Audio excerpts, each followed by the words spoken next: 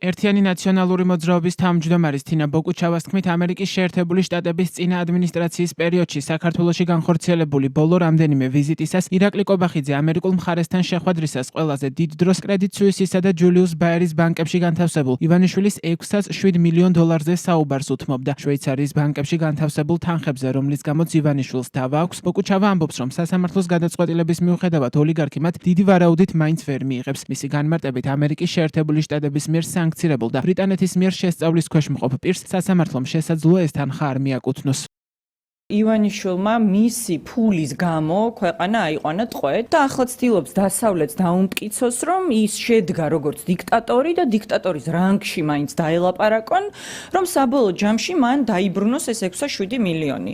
მე დადასტურებულად შემიძლია გითხრათ, რომ ბოლო მაღალი დონის ვიზიტი რაც შედგა საქართველოში ამერიკის შეერთებული შტატების მხრიდან, ეს იყო წინა ადმინისტრაციის პირობებში, 1 საათიანი შეხვედრიდან ირაკლი კობახიძე 45 წუთი სწორედ ამ 607 მილიონ დოლარზე საუბრობდა, რომლის დაბრუნებაც ივანიშვილისთვის დღეს უმთავრესი ამოცანაა, მაგრამ დიდი შანსია, რომ ბრიტანეთში სასამართლო გადაწყვეტილების მიუხედავად ივანიშვილმა მაინც ვერ შეძლოს ამ 607 მილიონის დაბრუნება, რატომ?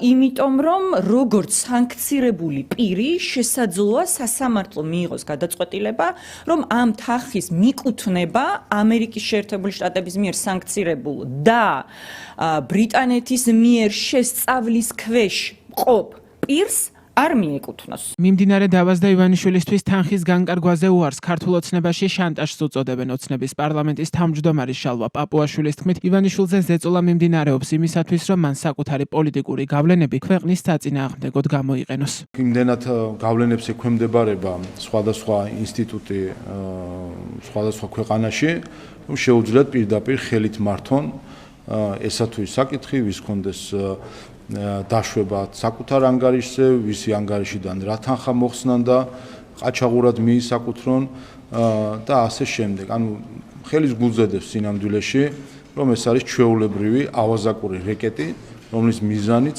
არის ზეწოლა ბიძინა ივანიშვილზე იმისთვის, რომ მან საკუთარი პოლიტიკური გავლენები გამოიყენოს ჩვენი ქვეყნის ინტერესების საწინააღმდეგოდ და ამ ცდილობებს ჩვენ დიდი ხანია ვაკვირდებოდით. მათ შორის მაშინ, როდესაც ის პოლიტიკიდან დისტანცირებული იყო, გახსოვთ ამერიკის შეერთებული შტატების მაშინდელი ელჩი, როგორ დაჟინებით ცდილობდა პოლიტიკაში არ მყოფ ბიძინა ივანიშვილთან შეხვედრას